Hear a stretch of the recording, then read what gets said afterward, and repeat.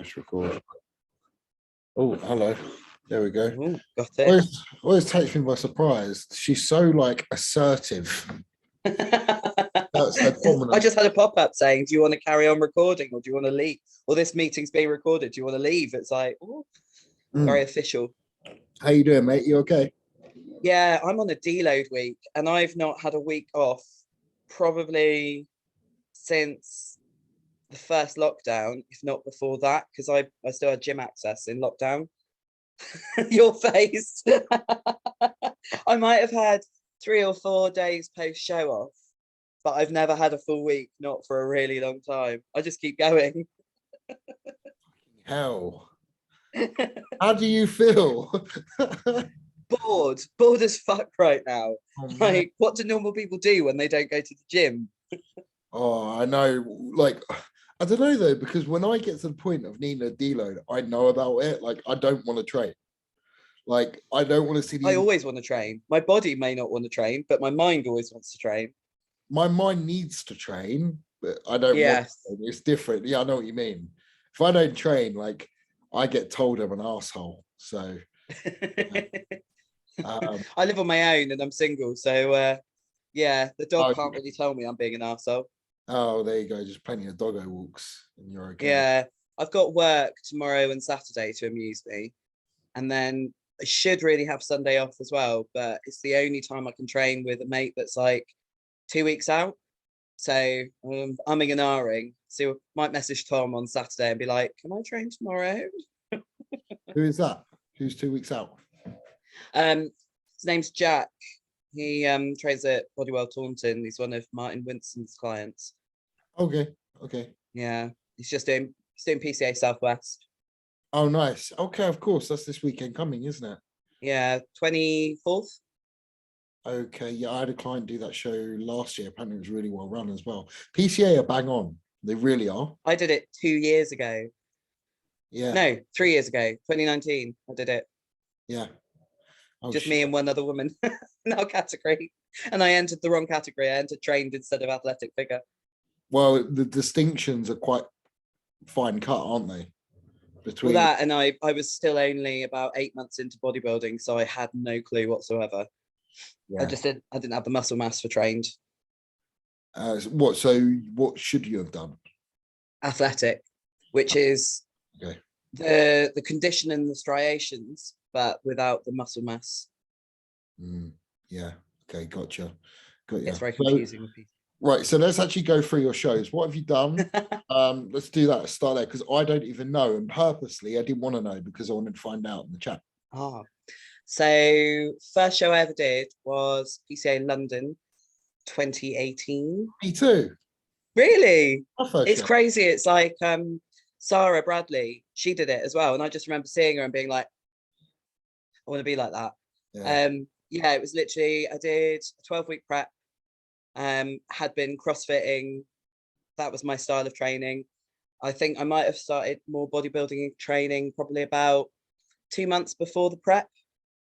But yeah, it was more or less CrossFit. And I used CrossFit as like my conditioning.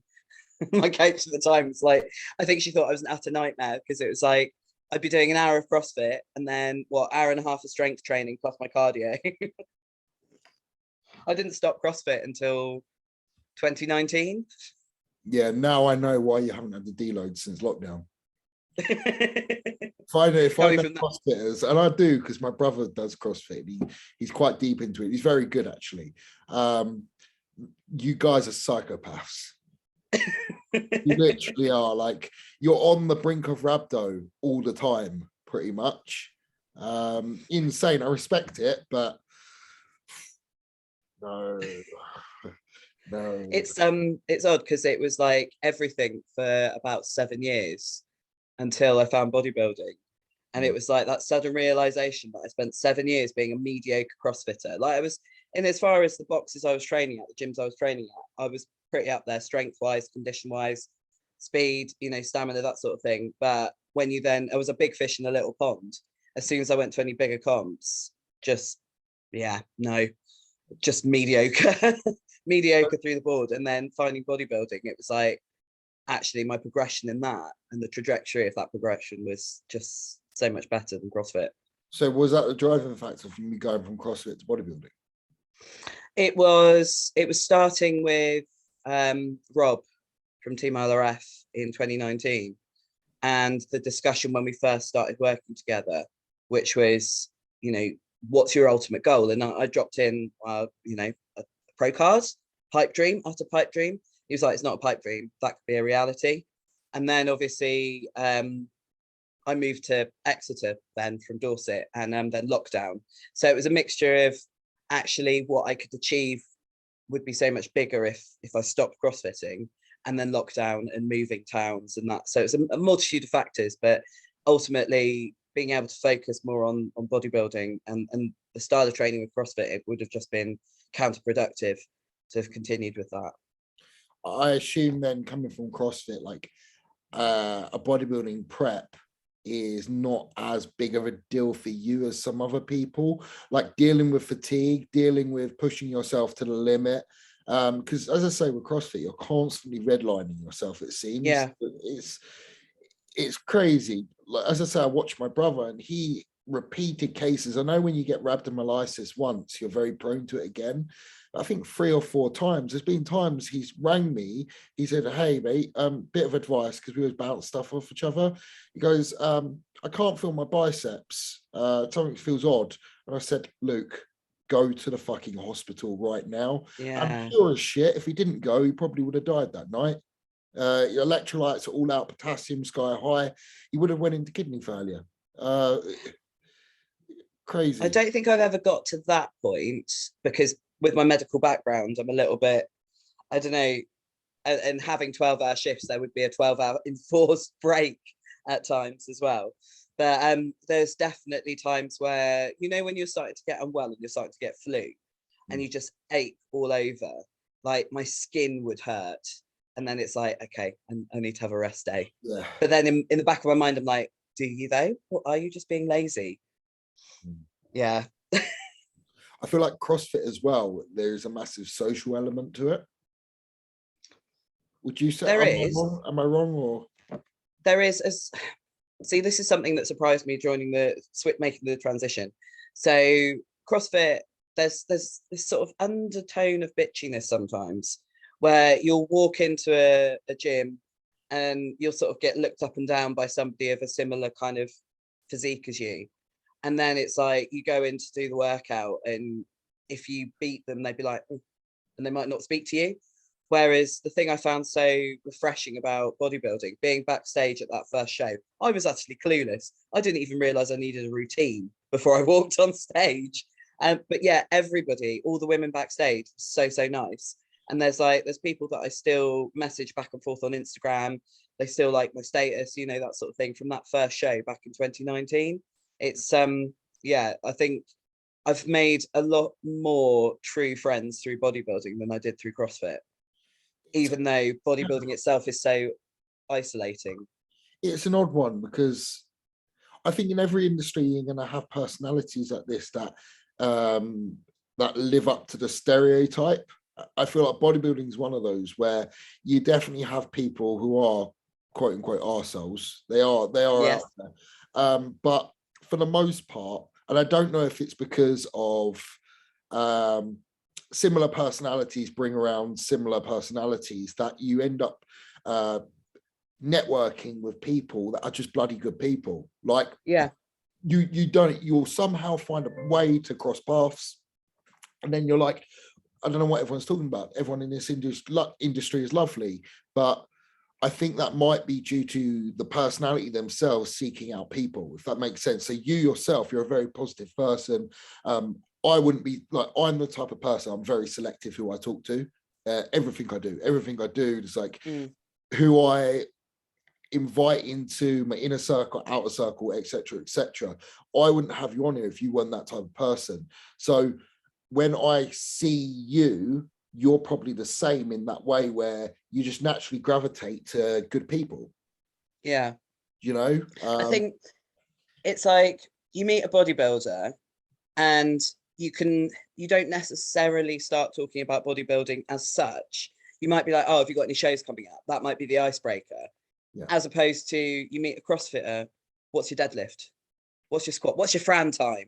It's competitive from the moment you start having an interaction. Yeah. Whereas with bodybuilding, I feel it's much more like, oh, so how are you feeling? How are you doing? Oh, you're on prep. Oh, off season. God, isn't it a pain in the ass when you can't tie your own shoelaces? You know, it's that kind of conversation. It's not the one-upmanship that you might, there's always this sort of underlying competition. But I think where with bodybuilding, the way you progress is it's little increments. You can't measure it on the same scale like you can with CrossFit. Yeah, it's funny. It's like you almost, with bodybuilder, when you meet another bodybuilder, you just talk about things you can have common ground on, and it's never really a training element thing. It's probably more or less the struggles, or if you're a foodie or something like that. I've never had a bodybuilder ask me, like an actual bodybuilder, what's your bench? It's only people outside of the industry that ask that. Yeah, because we sort of or you know, what's your hack squat? Well, it depends what hack squat I'm using. It depends how much sleep I've had the night before. Is it meal one, or have I trained straight after waking up, or is it later on in the evening? There's so many variables involved in it. It's like you just can't go, oh well, I do this X amount of weight. You just can't. Yeah, for sure. So we went from London PCA in 2018. Yes. Where did you place in that show? Didn't.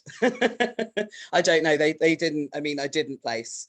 You know, it was just a step on stage, see how I feel. I mean, for example, of how clueless I was, I bought a bikini off eBay, and it was a bikini category bikini, not a figure category bikini. So the crisscross at the back, I had to tie myself into my bikini because I brought the wrong style.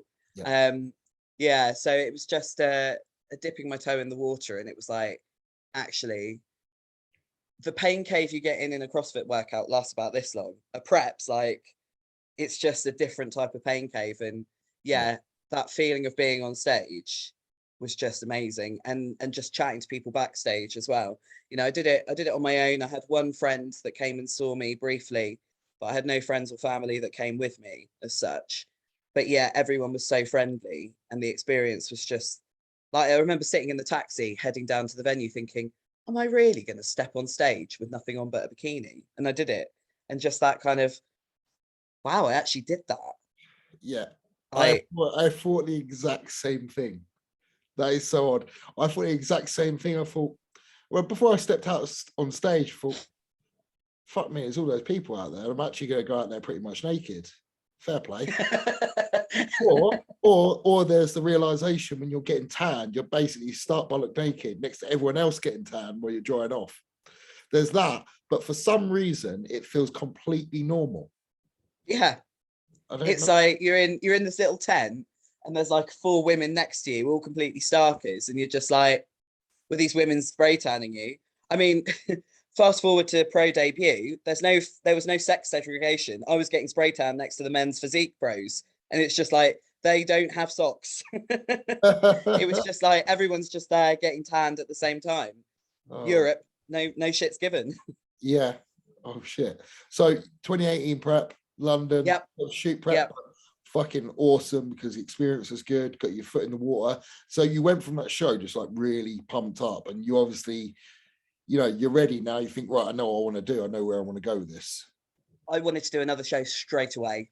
Couldn't find one. It was like the end of the season, and there was like this really, so where I was training in Bournemouth, my coach Brittany at the time, she had some bikini competitors, and they were doing, I can't even remember what federation it was. It was some up and coming federation, and I wanted to do another show. So Britt was like, well, it's not that expensive. You can do a couple of categories. You could do like your figure, and you could do tattoo model, that sort of thing. So we went to continue and push on with the prep to do that show. And then one afternoon, I in prep brain mode, I managed to fill my diesel van with petrol and drive it, and continue to keep driving it. It was like, oh my God. And it wasn't until I'd been rescued by my friend and the RAC, got to my friend's mum's place, and we were just chatting about it. And I was like, suddenly I had this flashback of picking up a green handle instead of a black handle at the petrol station. Spoke to Brittany, and we were like, I think we need to knock this prep on the head. I think Yeah, my brain has well and truly fallen out my ears now, and I'm not functioning. That was a lot of money to fix. So yeah, backed off from that, How many went into weeks an off out? season. How many weeks Pardon? out? How many weeks out were you at that point? So I think it was about 4 weeks post PCA, and I think I had another 2 weeks, 3 weeks until this next show. But then obviously having to pay for the van to be fixed completely wiped out the competition funds. Yeah. So it was like, well, yeah, time to off season it. Yeah. Time to off season it. Okay, so 2018 done. That's towards the end of the year, because you couldn't exactly do another PCA show because the British literally falls. Well, in 2018, I think that was like the week after. Yeah, that So was the end of the season yeah, when there was nothing else to do. you went into off season from there. When Yeah. was the next time you stepped on stage? That was the PCA Southwest. So what would have that been? 19. Pardon? In 19, yeah. Yeah. Okay. And I was still at that stage where I was afraid to put on weight. I still was CrossFitting. I still wanted to have the ability to do those CrossFit workouts. That was like, at the time I was living with my mum, so CrossFit was the massive social outlet for me. So I was still trying to do that, and I just didn't. I made some progression in my glutes, but not much really in retrospect, not comparatively to the off seasons now, Do where you I'm just like, do you think that whole notion of like scared to put on weight comes from solely from CrossFit, or do you think that comes from society or anything? Yeah. I'd say more, it was more my own limitations, my own restrictions. And I think that was a society thing. Being able to still do, I mean, as the heavier I got, the harder pull-ups, jumping, running got. But I think my stage weight that year was around 60, maybe sub 60. And I don't think I pushed it much above 65, 66 kilograms in off season, compared to now where I'm nearly 20 kilograms above stage weight. Yeah. Wow. It's funny, like from your background, and so before you even started CrossFit, what were you doing like as a child or teenager, like sport wise? So growing up was hockey, athletics, swimming. I've always been active. My dad took me swimming when I was a kid, after school at the weekends. As soon as I was always loved sprinting. Sprinting was my thing. And hockey as well. My mum used to take me to hockey. My dad would take me to athletics. And then as I sort of got older, as soon as I was 14 and allowed to go in the gym, my dad took me to the gym. But it was still that, we're talking early 2000s, and there was still that focus on cardio, cardio, cardio. So I'd just run. Running was my therapy. Running was the thing that, cleared my head. If I was stressed, I'd go for a run. I had a brief hiatus like you normally do when you go to uni and you just get drunk Yeah. for like 3 years. Yeah. And I remember thinking, like, me and my old housemate used to eat a steak, chips, and cheesecake every night for dinner. Sounds amazing. It does, but when you're not lifting a load in the gym, it was just like how to turn into a Sasquatch and just roll around university. So there was a time when I was at work and I've bent down to pick up a patient and my trousers split. And I was just like, now's the time I need to lose weight. So yeah, I think I dropped about 2 stone, and that was when I started fitness again, on a regular basis. But still, it was things like body pump, spending hours on the treadmill. I trained for a marathon. I cycled the London to Brighton. It was all very cardio rather than resistance based. Yeah. I'm getting the feeling like from your early exposure to like sport and things like swimming, athletics specifically. I'm guessing you went to school and you were naturally wider at the shoulder. Yeah. Yeah. Yeah. How was that perceived by like people in your school? Did anyone ever pick on you at all for that, or Not pick on. I mean, I was a bit. not directly? I mean, like I know because I know where this is going, because it's case after case I've seen with people. It's like not pick on, but it's not normal. So you're the one who has it in the back of their head, maybe more than anyone else. Like I think perhaps as a female, it wasn't something I was tuned into very much back then. I was quite studious. I was a bit of a geek through GCSEs. I wore glasses. I was a bit of a kind of punk emo kid, goth. So I was already on the fringes for that. Yeah. So it was always like big baggy jumpers anyway. So being broad wasn't really noticed back then. As I started to, when I sort of went back to fitness after uni, it kind of got noticed more. But in school, it was more, I was already kind of on the outskirts with my music and fashion choices. Yeah. But I mean, my close friends used to joke that, you know, I only had to look at a bicep and I'd grow some muscle in the gym. And that was sort of GCSE years. But like I said, that was like my closer friends. Yeah. Okay. So that's done in a positive light then, at least. I mean, yeah.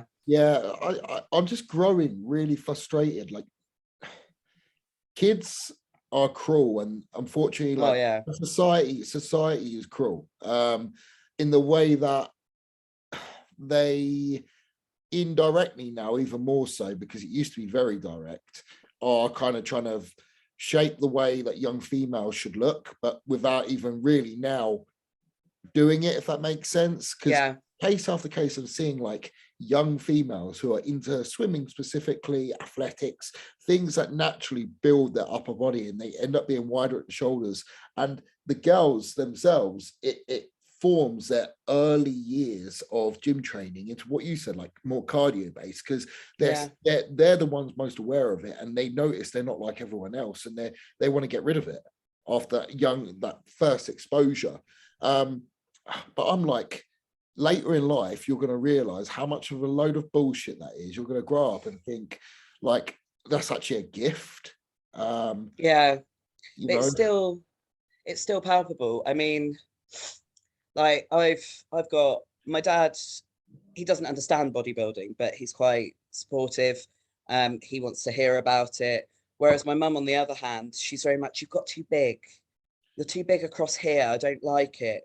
Oh yeah, you know, you don't get too big, will you? Then, and I've had friends, male friends, who I'm a bit like, didn't really ask for your opinion, but will say things like, "Oh, don't get too big now, will you?" And it's like, well, actually, it's what I want to do, and if I want to get bigger, I'll get as big as I like, because that's what I want to do with my body. But there's still this kind of, oh well, you're a woman, you should be smaller, and then you look at the focus of what is popular within bodybuilding, and there is kind of this oversight of the bigger women's categories, women's physique and women's bodybuilding do get overlooked. And it was quite, Sarah Bradley and I went up to the Two Bros Pro Athlete meeting on Friday, and sadly there was, you know, we raised the question about a women's physique pro show, and the answer was, sadly, there's just not the interest. So putting the fun, you know, getting the money to be able to put on the show and then getting that revenue back is tricky when there isn't the accolade to it. But it's like, the more you publicize something, the more people will understand it. You've literally linked on how I was trying to link that onto that. I was saying, it's funny how in such a, what this used to be, such a cult sport, that we are so influenced by societal views. So, mind my French, why the fuck should a female that aspires to be the best at her job, which is, you know, in this case, your category, physique, bodybuilding, whatever it is, why the fuck should they reduce their progressions or in their physique because your opinion is specific to this country? So you're not going to put on a pro show for a woman that's doing her best and trying to represent our country in our sport, but you're not going to support that in any way. To me, that says all I need to say about that person. It's so difficult, and it is so disheartening because, you know, to get to our size as a female, there are a lot more hurdles than there are for a male.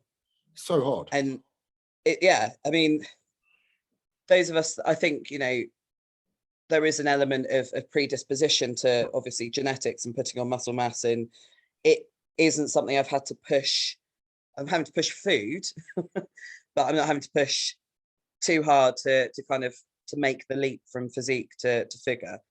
But but it is frustrating when we're there grinding away and it's kind of, oh, well, it's not as popular. Well, help us make it more popular. Let's make it more popular. And I mean, you've got to make it more popular so people know how to do this correctly. Look, yeah, that's not really, kind of letting people read in between the lines. What we're talking about here is the industry's anti-masculating effects of PEDs when it comes to females. And the whole reason that the Olympia at the time obviously disbanded with the Miss Olympia competition was because they felt like the females were coming too masculine, which, debate it all you want to do, but at the end of the day, you set the criteria of the class, and that's what it was. Now, but then it's also the irony of that is that it's, I'm putting a sweeping statement that I'm imagining that the minds behind that decision were mainly male, whereas actually it's like, well, you set the criteria as males, and now you're taking that criteria away from us females because you have decided we look too masculine. Well, surely as women, it's up to us to decide whether we look too masculine or not. Yeah. And if you want to, regards to the actual long-term effects from PEDs, which obviously apply to women, all the emasculating effects, if you want to encourage proper use and, proper protocols, then discouraging the shows is not the way to do it, in my opinion. I don't think it is. I think you've got to encourage shows, give them all the support they want, so then we can get everybody together, put on the show, and then, then that's networking in itself. People are going to intermix. You obviously recently, I say recently, when did you get with Tom Hames as a coach? That was October. Purely, a lot of this was due to Tom has a fantastic knowledge set when it comes to female bodybuilding, physique, everything else, especially when it comes to PED use. You made a decision there because you wanted the right type of guidance. And that's so, so important, because Tom's one of the guys, he puts on a lot of women's physique on stage. He does. He's known for it. If he wasn't able to do that, he wouldn't have the reputation he has. Therefore, he wouldn't have the outreach in trying to help the women. I also feel that he genuinely cares about how you come out of the other end of it. Yes. And that to me is important. I'm 36, and as far as sort of getting into bodybuilding, I'm kind of quite old, really. I've only been doing it just shy of 4 years.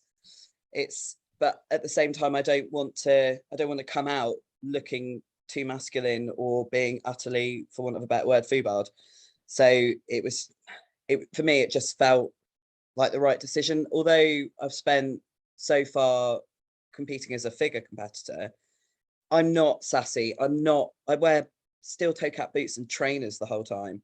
Like, walking in heels was something so alien to me. And it was when I came back from Poland, my pro debut, I got into bed that night and I was like, that was fucking awesome, but it's not where my heart wants to be. I want to be on stage at women's physique, not figure. I feel like the posing, I'm so much more enthusiastic about the category and the posing than I was for figure. And that's nothing against figure. It's just, and I think looking at the photos from Poland, the striations that I come in at quite easily isn't necessarily fitting the European figure category now. Yeah, I think, am I right in saying that figure heels physique, not heels? Yes. That's huge. Yeah. Yeah. Physique, you've got the front double bicep, rear double bicep. Oh, sorry. Oh, there we go. That made me jump. I was like, what? Yeah, so it's your double biceps, your front chest, side chest. It's those bigger poses. Yeah, I'm trying to find your mandatory core turns. Okay, I'm trying to find. So this was trying to find. All right, so this was your. You trying to find figure? Yeah, this would be figure. You're in there. We go. Yeah, so this was your pro debut. That was in Poland. Yes. Last year. Yes, September 2021. Where did you place? 9th. No, sorry, 10th. Unreal. Top 10 in your first pro show. That's unreal. Yeah. Awesome. What was the feedback regards your physique? Because automatically, I don't know who you're being compared to here relative to her placing, but I see your muscle mass is a lot more than hers along your top line, legs, and your conditioning is a level ahead. So, in terms of the girl who placed in front of you, what were Which is her. So she was 9th. Okay. Oh well. Well, it So depends. she was the one right in. Yeah, I was going to say we're not obviously. Your goal is more striated, probably bigger, which makes sense when you want to be a women's physique. So I'm thinking that maybe you were marked down this specific pose because you're more women's physique than her, by the looks of it. In all honesty, I didn't realize that if you wanted to get feedback, you had to get it then and there. I was so just like elated to have done it and that sort of thing. That I just, oh, that wasn't such a good show. My midsection was just gone. What was this? This was a pro qualifier. So this was 5 weeks after Poland. Yeah. This was Hungary, so Budapest. Second. Okay, so going in like order of your shows. So 2018, 2019, then from there. So 2019, I did PCA Southwest, Body Power, PCA at Body Power, which I came 3rd and went to British finals. So I did 4 shows in 2019, 2 PCA qualifiers, did 2 Bros Amateur Olympia, which was my first 2 Bros show. And then I did the PCA British finals 2 weeks after that. And that was 2019. Where did you place at the British finals? Don't know. Again, I didn't place top. I think it was top 6. Oh. I didn't place top 6. Wow. Okay. This is amazing because you then after that in 2021 went on to win your pro 2020, sorry, went on to win your pro card where? So that was 2 Bros British finals. Yeah. So that was the lockdown year. Okay. So that's huge. Oh, there we go. PCA Southwest. Yeah, in the middle there. Mm-hmm. Yeah. So I'm just trying to grasp that because that's huge. Like going from 2018 then to winning your pro card at 2020. So if you look, that middle slide on the bottom row there, I've got like the one in the middle. So you can see in the top corner of that layout spread. Down a bit. No, one down. Oh, sorry. I'm pointing at the screen as if you can see where I'm pointing to. That middle one, that one, yeah. Oh, okay, yeah. So I think this was an International Women's Day one or something like that. I'm not sure. But yeah, so that was that top corner. That's my first show versus winning my pro card. So that was 2 years, more or less 2 years apart. Yeah. I think it was like 3 weeks shy of 2 years apart. Mad. That's madness. That's rate of progression that you only see from somebody who is meant to be a pro. It's like I joke about being the accidental bodybuilder, but that's what it feels like. I feel like I just tripped and fell and ended up bodybuilding, and it's like, oh, actually, I'm kind of all right at this. Yeah, it's phenomenal. It really is. Like, it's madness. Okay, so first show placed top 10. Yeah, brilliant. Then you did another show 6 weeks later, 4 weeks later. Yeah, 5-6 weeks later. Didn't play so well at that one, I'm guessing. No. What was I don't. What happened there? What was the feedback? So I didn't need to get feedback to know. Basically, I was part of the sort of show day protocol was pre-workout before stage. I don't normally use pre-workout very frequently. It's literally something I use when I'm really hanging in between night shifts and I've got a leg day to do, and I normally save it for prep. And I just think it just bloated my midsection. If you look at that photo you had up a moment ago and compare it to that quarter turn in Poland, I could not control my midsection at all. I think it was go up a bit. Up. Yep. Where we're looking. Up. Again. There you are. Middle one. That one. No, down again. And again. And Oh, again. yeah. That one. Okay. Yeah, if you look at that quarter turn, not good. I mean, comparatively, I don't know, do I? But I can see what you mean. Definitely is a little bit protruding, a little bit, but not by much. I mean, Yeah. but by your standards, you know, and you know how you I felt. couldn't vacuum. No. This is bloody tight though. Mad. Yeah. Like, And I had tattoo cover up at that one. oh yeah. I can see it here. Yeah. Really good effect. Was that LSR? Don't know. It was like stage makeup, I think. Okay. All right. Okay. Yeah. This is mad. Like, to pop your glutes like that and have striations all the way into the middle is mad. Yeah. That's why I'm like, obviously, like with women's physique, they want the striations, whereas figure they want a much more softer glute.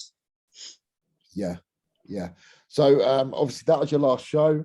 Going on from there, you've combined forces with Tom. What's happening that time since you've been with Tom? What's the, from now on, from that show to when you next step on stage, which we'll talk about, what's been the goal or the focus of change? What have you been doing? Put plans in place to make sure that you're moving up in the ranks and getting towards that Olympia qualification? Well, obviously there's a lot of muscle mass I need to, well, I don't think a lot, that's probably an overstatement. I need to bring up things like chest and arms, because that was something that I didn't train as a figure athlete. I might do the occasional, like if Nat and Ed were training push and I wanted to train with them, there would be chest in there, but otherwise I wouldn't hit chest. It was literally if I'm training with people. So bring up chest and arms as well, because they're probably, I don't know, I look at my front lat spread and I'm like, could do with a bicep in there really. Yeah. But that's more or less a year apart and the same weight. Yeah. But condition, I think, I mean, at the moment I'm nearly touching 80 kilograms and I've still got an ab vein. You can't see it in that photo, but I promise you it's there. You can't, trust me, when you have a ring light in front of you, you can't see shit at all. No. It really does, it blunts you out, because I remember seeing you when I was in Somerset when we went to us, and I said myself, when you were posing, like, fuck me, you're really tight. Like, you'd obviously just finished a little bit of a mini cut then. I think I was, a week or 2 weeks out of mini cut then. Yeah, but you were really tight then, in good condition. So that's kind of now set the impetus, a bit more runway for this next phase of off season, in which you literally just need to grow everywhere by the seeming of things. Yeah. Given that now you're making the transition from figure to women's physique, and like, you can't ignore it. You want to keep that figure shape, but it needs to be packed on with more muscle mass, really. Yeah. That's the ultimate situation we're looking at. What's so the focus is obviously top line, delts, top line, glutes, hams, and outer sweep, quads, everywhere, basically everywhere apart from my lats. Yeah, your back is mad. Yeah. Thank you, CrossFit. Yes, yeah. Where do you think, like, specifically, because your back was really impressive, yeah, like, in terms of your training, like, you can kind of get into your mind what has been like the repetitive themes throughout your back training that's led to the back you've got? I think obviously with CrossFit there's a lot of kipping pull-ups and kipping toes to bar, and that is so much of that. It's like doing a straight arm push down. Yeah. That's basically what you're doing every time you do any sort of kipping movement. So that really, I mean, the irony was I was rubbish at them, and I never did a muscle up, even though I had the strength. I just didn't have the skill. But I think a lot of that has come from those sort of kipping movements in CrossFit. I think as well, there was lots of deadlifts involved, all your handstand work as well. Your lats get involved with that to an extent. And even as far as, you know, your hang power, clean snatches, it's just that repetitiveness of 7 years up to sometimes twice a day CrossFitting. I think that's just where it's come from. Yeah, I always genetics say as well, maybe. I always say, like, your your genetics, there's two parts to your genetics in which I believe they come from. There's the environment in which you expose yourself to, then there's obviously your genetics from which comes from hereditary, your parents. And I would strongly assume that your activities prior to bodybuilding very much prepared yourself for what you're seeing now, you know, and the progress that you're going to see in the future, especially when it comes to the athletics and the swimming and everything else. Because like my partner never really got deep into bodybuilding. She gave it a go and just wasn't for her, but she can train for 2 weeks and she has a better back than most girls that I see compete. It's mad, because she was an avid swimmer, always was. It's and CrossFit as well. She did that for a long time. It's funny how it works. So I always say, like, if you want to, and this sounds bad, but if you want to prepare your child for the best success they can be, it's no harm getting them involved with sport from an early age. Not just because, oh, maybe they'll do something involved with physique competition, because personally, if I had a child, I'd push them away from it, probably. But I'm just saying, there's no loss. You know, you can truly impact your child's genetics for the future by what you do for them, you know, in those age ranges. So you're buzzing with all hormones and your own natural growth factor. It's just going to give you a predisposition, isn't it? I mean, I think I'm also lucky that my granddad was Polish. So I like to think that, and that's why for me to debut in Poland was kind of quite a special place for me. I'd never been to Poland before, so it was quite cool to debut there and to come away with the 10th position. So yeah, I really enjoyed that show. What did your granddad do as a job? I don't know what he did before World War II, but he was a navigator in the RAF. He escaped from Poland across the UK, and was basically a navigator, and that's how he met my grandma. They were stationed on her land, her parents' land. Would you say, I was thinking maybe he was into he did something with a lot of manual labor or something like that, but I think he was always into sort of his gardening and that sort of thing. And my dad was a farmer, so very, very labor intensive. Okay. I mean, he was quite, sadly he's got Parkinson's now, but he was always quite, you know, physically fit. He wasn't a big guy as such, but he wasn't like scrawny either. He was typical kind of farmer, that kind of farmer lump. Yeah, for sure. I know when I was conceived, my dad was heavily into bodybuilding.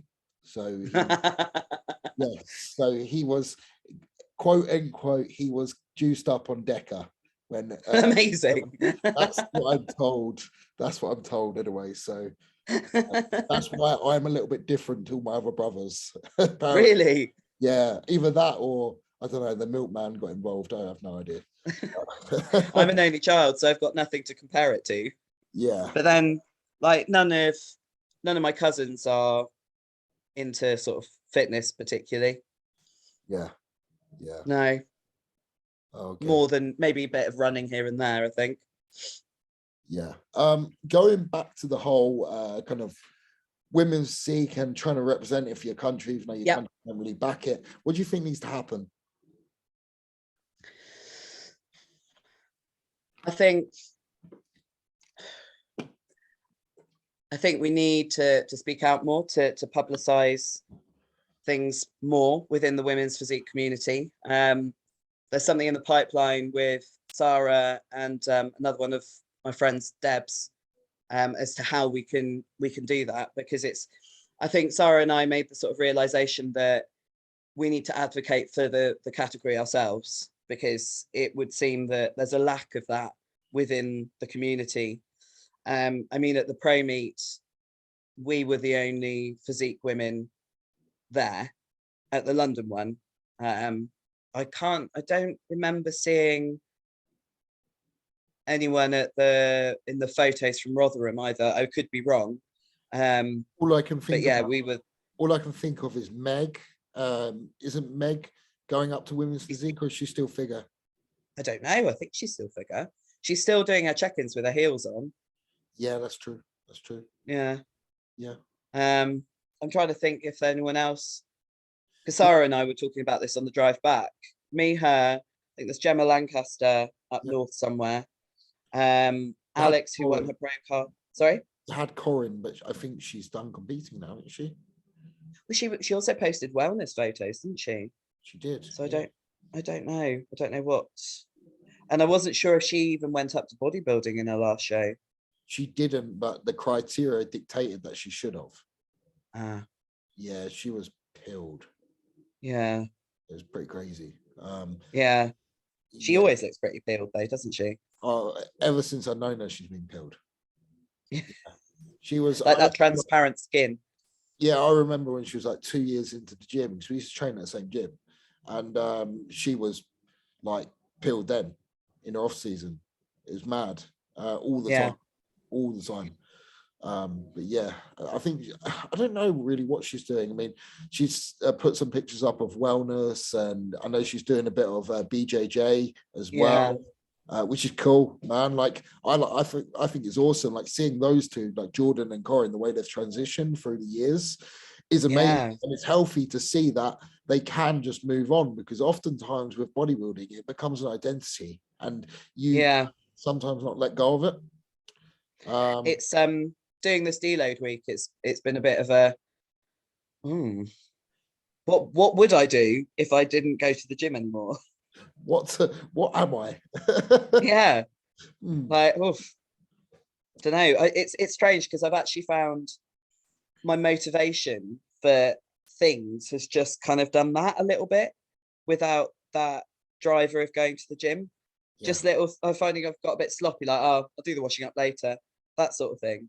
Yeah, it's true. It's really weird. True. I get like that in off season. Terrible. Yeah. Thinking of that, like, have you ever thought about it, like post competing?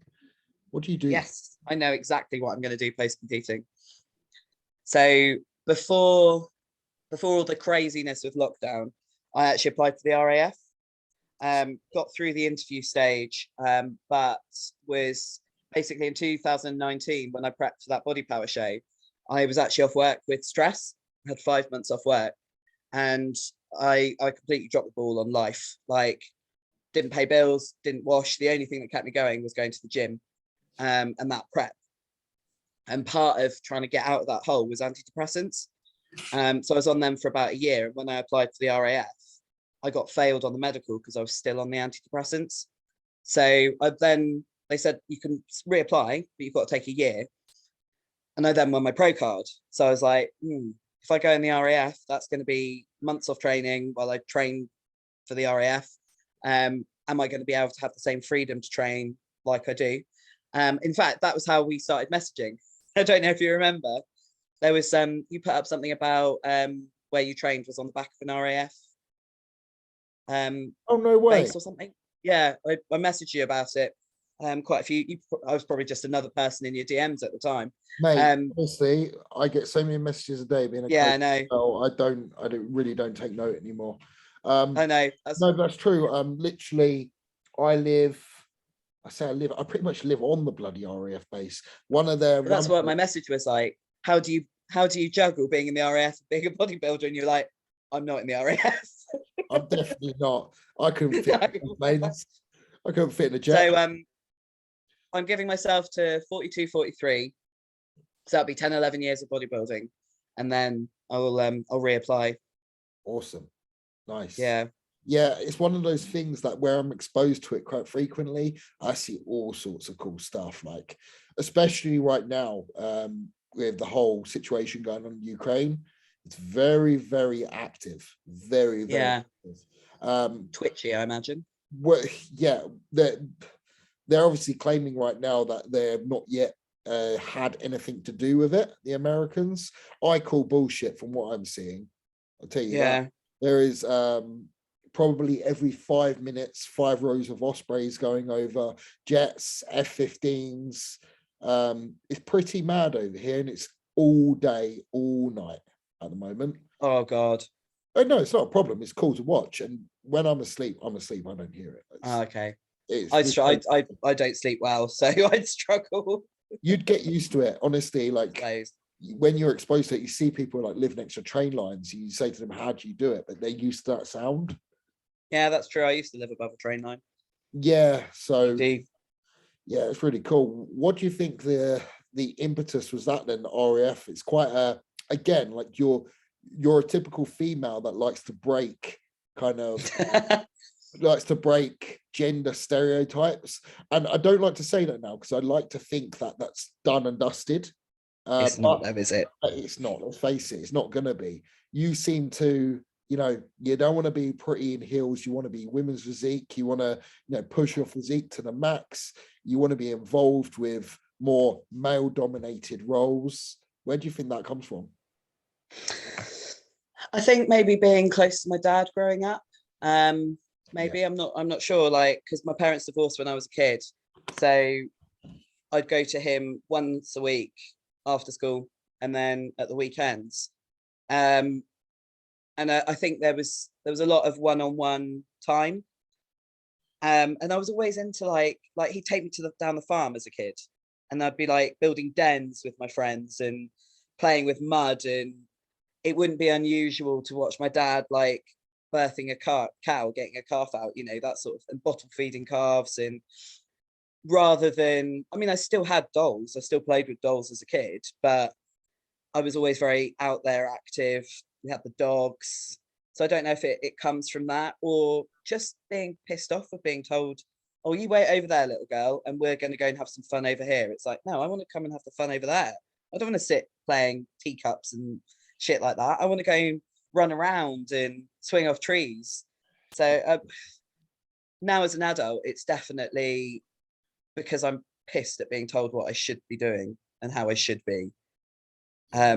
Even at work, still, if I wear a big baggy jumper or something, when I was out on the ambulances and I would maybe come across another paramedic that didn't know me, oh, I'll get that, I'll carry that for you. Don't worry, you don't want to hurt yourself. And I'm just like, my crewmate would be sort of looking at me like, don't, calm down. Yeah. But it's that sort of thing that makes me think, no, screw you. I want to do what I want to do. I fair enough, be yourself and everything like that. But I cannot stand the whole stereotype of like a damsel in distress that waits for the man to do the job. It really fucks me off. And coming from, this is selfish for me and my type of what I look for in women, from like a relationship status type of thing, I could never be around a woman that just waits for everyone else to do the job. That stands aside, oh, I could never get my hands dirty and all this. I just can't stand it. And unfortunately, I think the stereotype now is starting to really wear thin, that, a woman can get on and fend for herself and do shit that otherwise men were apparently meant to do. You would get on with my partner so well. Like, honestly, you really would. She's an engineer. She's well, not like trained, but she is the engineer. She's engineer mind, same as you. Yeah. Kind of brought up around her dad a lot. And she's a yacht master, so she sails boats. And if we have an issue with my car, I don't fucking do it. She does it. Sorry, love, I've got a problem with my car. Do you mind fixing it for me? Brilliant. Friggin' love that. And friggin' love that. This is a funny story. So you've probably seen that I buy and sell. I'm always doing my gym, like gym equipment out all the time. We're putting together some gym equipment, a lot of us, a few of us lads, and she comes over, she starts helping. And there's another, so one of my friends, his or now ex, was there. She's there holding spanners and just standing there looking pretty. And there's my missus there fucking taking over and just putting together Strive gym equipment, everything like that. And it was about 2 months later, I proposed to her. I thought, you're a keeper. I said after that, I said to her, like, you wouldn't have seen it, but do you see the difference right there? There's her there, standing there, fucking being absolutely useless because she didn't want to get her hands dirty. And there's you just doing a whole job on your own. Like, I know what I'm attracted to. And I don't know how the stereotype still lives on that a woman has to wait for the man to do the job, because I think that literally comes from insecure men who are scared to be inferior. And again, I think this automatically links to that societal view where a woman is all of a sudden too masculine to be on stage, or that, the way she looks. It's not attractive. To who? To who though? I'm not trying to, it's like women, they get on stage. I'm not trying to fucking be attractive for you. Like, this is my sport. This is my It's like, you wouldn't look at a sprinter and go, that's not attractive. What's she doing? What's she doing there? She's running too fast. She's running too fast. Yes. It's or a weightlifter, like, oh no, that's not attractive. I don't like that look. They're too heavy. Well, yeah, they could probably spin you around on their little finger. But it's going back to the society thing. It's like something that I've got a real bugbear on at the moment, and I'm probably driving my mates nuts with it. But in society, whatever age you are, you're a girl. But when you're referring to the male version, it's, oh, that man over there. You don't call a 50-year-old man a boy. But yeah, my mum will say, oh, I've been to coffee with the golfing girls today. It's this sort of, I'm a woman. I'm 36. I'm a woman. I'm not a girl. I'm not a child. It really, yeah. I never even thought about that. I never even thought about that. It's so true. Yeah. Yeah. And it's like, girls this, girls that, girls whatever. But you wouldn't say the same. You might say, I'm going down the pub with the lads. Yeah. But women ourselves, we use that phrase far too frequently to reference adult women. I just think it's quite derogatory. It almost lowers your status down. Yeah, it does. Yeah, because I've done it to lower people's stats down on purpose. Like, for example, if I get a bad comment of some nasty prick on Instagram, who's probably about 35, I'll just say, settle down, little boy. Because you can. But the same thing, it's like it is like lowering your status, as you say. It's the weight of words and how they kind of dictate how you are perceived within society and how you perceive yourself within society. If we're not going to take ownership that we are women, how do we expect society to treat us like women? Yeah. As I say, it's my little bugbear. Question is, do I do a podcast and get a few of you on? So if I get Sarah, I get yourself. How about you come on mine, Sarah and Deb's podcast when we get that up and running? I didn't even know you had one. That's how we haven't as yet. That was what's in the pipeline. Yeah, do it that way round, then I'd have to take control. I like that. I like that. Yeah, we're having a meeting on Saturday about it, so maybe edit this bit out, because as I say, I think it's just going to be like the WPD podcast, real simple, but just about women's physique. Yeah, that's cute though. You think I can edit? Yeah. Mate, I can't do technology. My clients laughed at me when I made Google Sheets. They were like, who helped you with this? And I did not do that. I'm like utter technophobe as well. It's like, I'm a walking calamity. Like, Friday was just an utter nightmare with things that I managed to rip my trousers as we were getting changed after training at Trojans, and it was like right up the crotch. Yeah. Oh, you definitely, if you're like me, you definitely told Tom about it though. Oh, I put it on Instagram. I was like, how's your off season going? Me? Do you think we're growing enough, Tom? Yeah. I think I actually saw that. I think I might have seen that. Yeah. Yeah. Oh, it was a nightmare, because the worst bit was I'd forgotten my underwear as well. So I was like, oh. Shit. To contextualize it, I'd done 6 shifts in 7 days, finished work at 1 a.m, got up at like 7, and then gone up to Trojans to train with Sarah, and then driven to Maidenhead. So it was quite a long day Friday. How do you negotiate? Because we didn't even cover that, and we haven't got a lot of time at all. So you've got to be off. But I've got another half an hour. I'm good for another half an hour. Okay, just quickly then. How do you negotiate? You're a paramedic at the same time doing this crazy sport. So I've been a paramedic. I've been in the ambulance service 18 years. So I've always been used to lifing around work, if that makes sense. So I was already fitting in CrossFitting, you know, I was managing to CrossFit twice a day, probably go for a run, walk the dog, like God knows. But it's just that, I don't know, I can train better after a night shift, because when you do a 12-hour day, you're up at 5, you finish work at 7, you need to be in bed by 9 to then be able to go and do the same thing. There's no room for training. So nights are always better, but I get less sleep. This is something I think that's changed in this off season, is like I've said to you when we've been planning the podcast, I need to be in bed at 9, and I'm being really strict with that. And that's having a positive effect on my training, on my shifts. Whereas before, I would perhaps neglect my sleep to train and to just watch TV and stuff like that.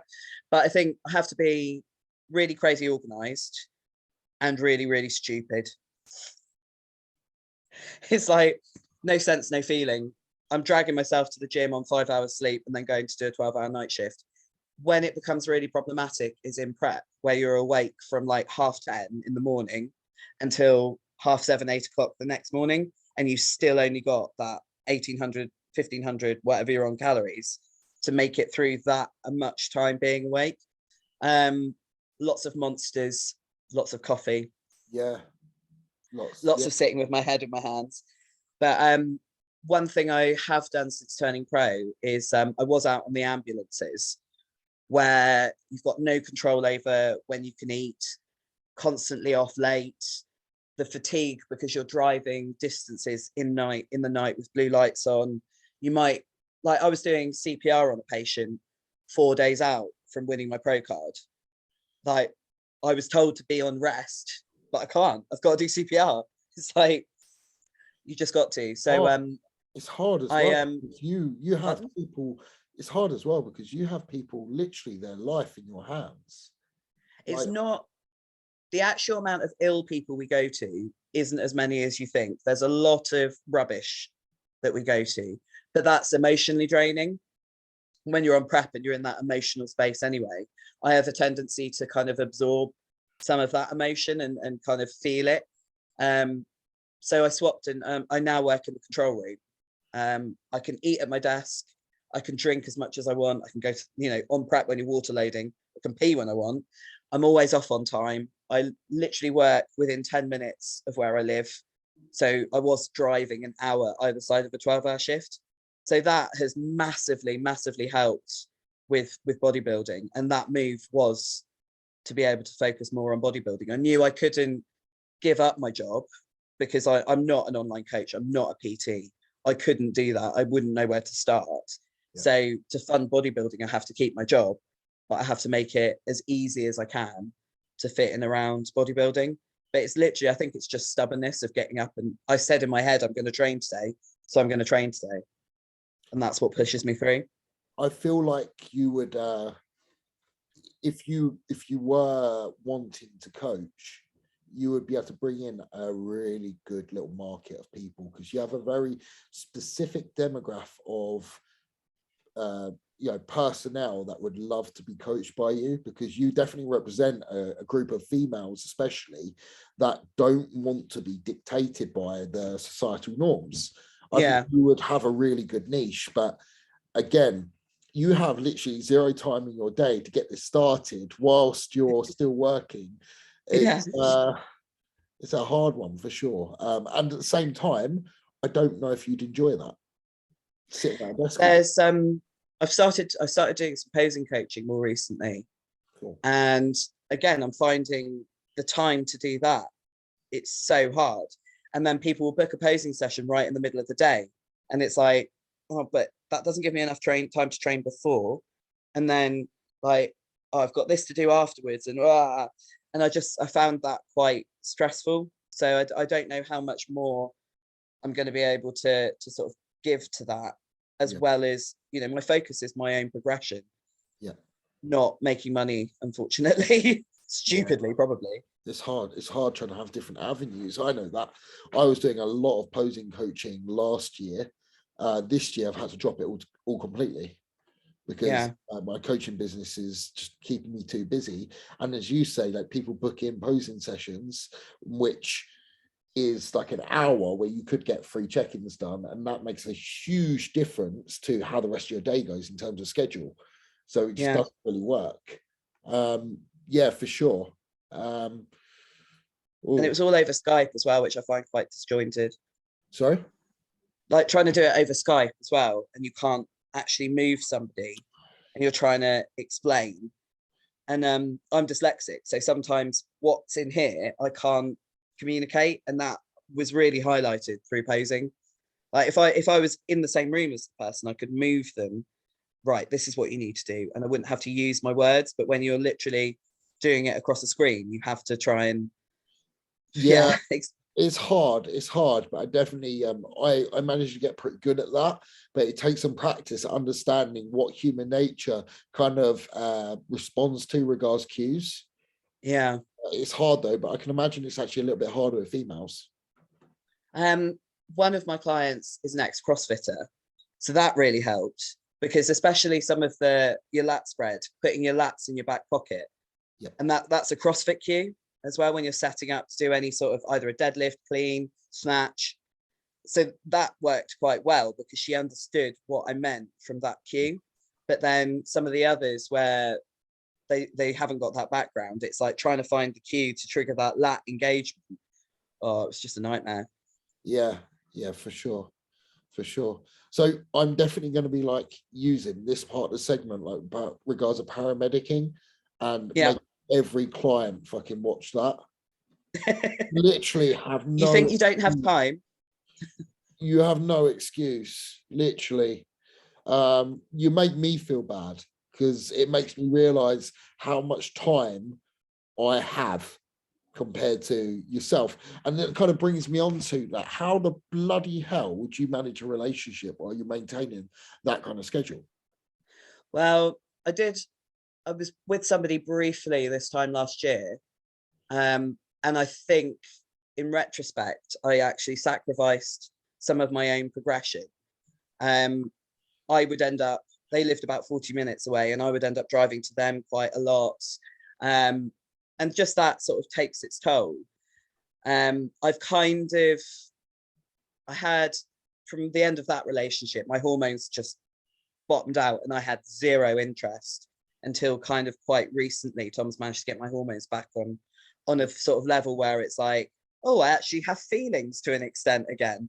But I've kind of resigned myself to the fact that I've sacrificed my own progression in the past with CrossFit and just sort of relationships, not necessarily even sporting achievements, but what I've wanted in my own life, I may have sacrificed for a partner, and it's never come out with a good outcome. So I am totally focused on what I want to do. If I meet somebody that can fit in with my life, then great. But otherwise, I'm quite happy with where I am at the moment, and kind of accepting that has its sacrifices to an extent. Yeah. Like I'm pretty damn sure that kids are not in my future, but I'd rather be a fucking kick-ass bodybuilder, to be honest. Yeah. Or try to be anyway. Yeah, I'd say if someone does fit into your life, they literally have to, as you put it, fit into your life. Because I know, like with myself, me and my partner, we live together, and even though we live together, we don't get any real proper time together. Yeah, probably get 2 hours at the end of an evening, which is like, we're both fucked by that point anyway. And it's literally has to come to the point now where we have to start dating each other, like have a date each week, and it has to be like that. Otherwise, the actual time we get together is not quality. It's hard. Life is really hard when you're a bodybuilder, and I really do feel sorry. I always said years ago, like, because I knew what I wanted to do, whoever ends up with me, I feel fucking sorry for them. Like, I started dating somebody when I was on prep, and they went to the gym. They weren't a bodybuilder. Their son was, and they were like, oh, I get it. I've watched my son through a prep. I get it. And there was, I think it was about 3 or 4 times I had to cancel. We were meant to meet, and I was like, I'm empty. I just can't. And it kind of, the relationship ended. It hadn't progressed to anything serious. In my mind, we were just dating anyway. But it was almost like you knew I was a pro bodybuilder, you knew I was on prep. Like, you say you understand, but until you've been in that hole, you can't. And like 2 of the times I was actually ill. Like, I've done a run of shifts, got a bit run down, ended up with like just a head cold. But it's still a head cold on prep, puts you on the sofa. And you're still having to try and do your cardio around it anyway. And it's just that I think if I do have anybody in my life, they have to be in the bodybuilding lifestyle, whatever extent that is. But to understand meal prep, to have been through a prep, to have to push themselves to train when they're empty, because otherwise you just can't. There's no relatability. Yeah, it's funny how a lot of people will say, "Yeah, I understand," but their actions say something else. Yeah. And I don't expect them to really understand. In the perfect case scenario, how this goes is you're fully aware of my goals and what I want to achieve and how I act in certain circumstances, whether it's because my attention is more directed towards a goal. It's no reflection in my emotions for you. It's a reflection. This is the goal. This needs to come first. You need to support that. And if you want to spend more time with me, right, we're doing cardio. You're coming with. Come on, we'll go do cardio. Yeah. You're going to support me through it. On my days that I'm low, you need to be there to pick me up. You need to not be the one that puts extra stress on me, making me feel bad that, oh, I've got to get this cardio done quick because I'm going to feel bad that I'm not spending time with you. You can't have that extra thing on your head because you've already got a lot of stress. That person literally needs to be so synergistic. Yeah. It's, I mean, it's not a criticism on those 2 relationships, because I think in retrospect, maybe I didn't open up to what they were letting themselves in for. But you don't kind of think about that when you go into a relationship. You don't kind of think, by the way, I'm going to be in the gym for a good couple of hours and that is non-negotiable. And the time I go to the gym is non-negotiable. So if you want to see me, I've got a run of shifts, so you're going to have to come and that sort of thing. That's the other thing. It's like trying to then have that relationship where I'm not finishing work until 7 o'clock at night and I want to be in bed at 9. Like you say, that's like 2 hours of, you're right, can I eat something? Right, I'm going to bed. So I think I'm very happy being a single Pringle. Yeah. That person, man, that person has to be very secure in themselves as well. Yeah. Busy, has to be busy themselves. Nothing worse than being, because I've been in relationships when the other person isn't as busy as I am and they start almost feeling threatened or neglected in a way, like threatened in the way that, my God, he's so busy, he's busier than me. Like I feel a little bit like maybe I'm not doing enough, and then that reflects on you, or neglected in the way that person starts to feel lonely, where you know that, as I say, that person needs to just feel very secure in themselves. It's hard, but there are people out there. It will happen in the right reason when it does happen. But for the meantime, your happiness is going to be far more dictated by you completing your goals in bodybuilding. For sure. Exactly. I think that's another one of, it's almost another societal norm, isn't it? That to be happy in life, you have to be in a relationship. Why? Yeah, mate, like, people, I think people, as I say, my relationship with Maddie, it's very secure, but fuck me, we have issues.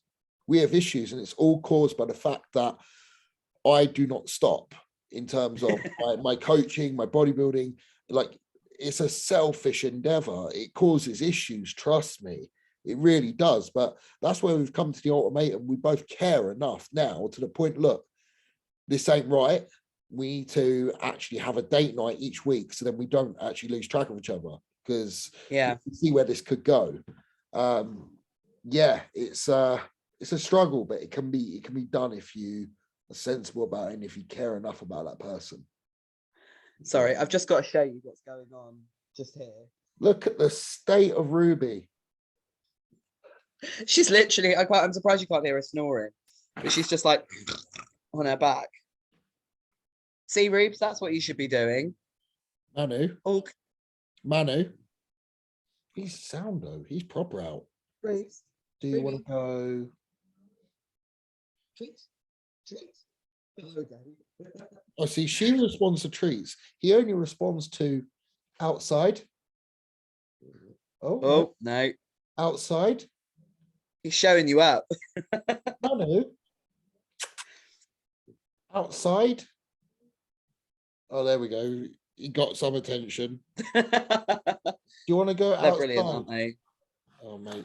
He's out of it. I need to take him out, to be fair. Doesn't yet. Yeah, Ruby doesn't know it. She's getting another walk. I think I'm meeting Ed for a walk later on. Oh, nice. Yes. He's got a lab, hasn't he? Sorry? He's got a Yes. Black lab. The Yeah. dog get on really well. Yeah, well, they played because Bramble's a lot younger than Ruby, and Ruby's a bit like, what, we're walking again? So they had a little play the other day when we walked them, but they sort of just coexist quite nicely together, really.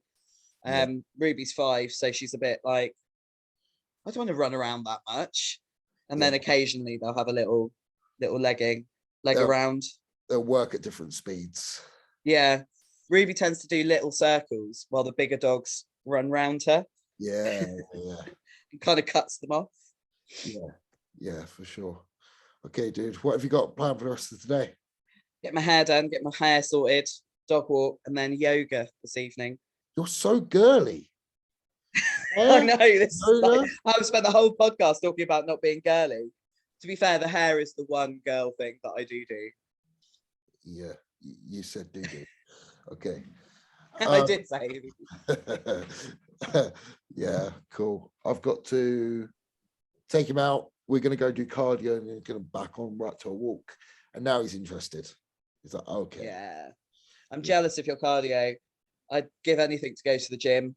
I probably shouldn't be going to yoga, but it's good for up here, so I'm going anyway. Yeah, my cardio is late today because I just want to get my check-ins done because I've got to do setups and stuff. So, yeah. Fair enough. Cool. All right. Good team talk. We'll catch up soon. Yeah, it was wicked. I'll get this uploaded ASAP. It just takes a while because my internet is shocking. No drama. So, yeah. No drama. And let Nat know dates that you want him to come up, and we'll organise it. Yes, I said I need you lot down there. It'd be cool to have a little camp going. Yeah, because Ed and I were talking about it. Obviously, because Nat doesn't drive, it might be that one of us brings him up and stays a couple of days, comes back, and then the other one comes and gets him. Yeah, I guess you got to navigate around work as well. Yeah, I'm pretty good because I should have some leave, but I think Ed's used up most of his already. Yeah. But we'll figure something out. Just need the dates. Yeah, we'll get it done. Okay, mate. Cool. Laters. In a bit. And nice chatting.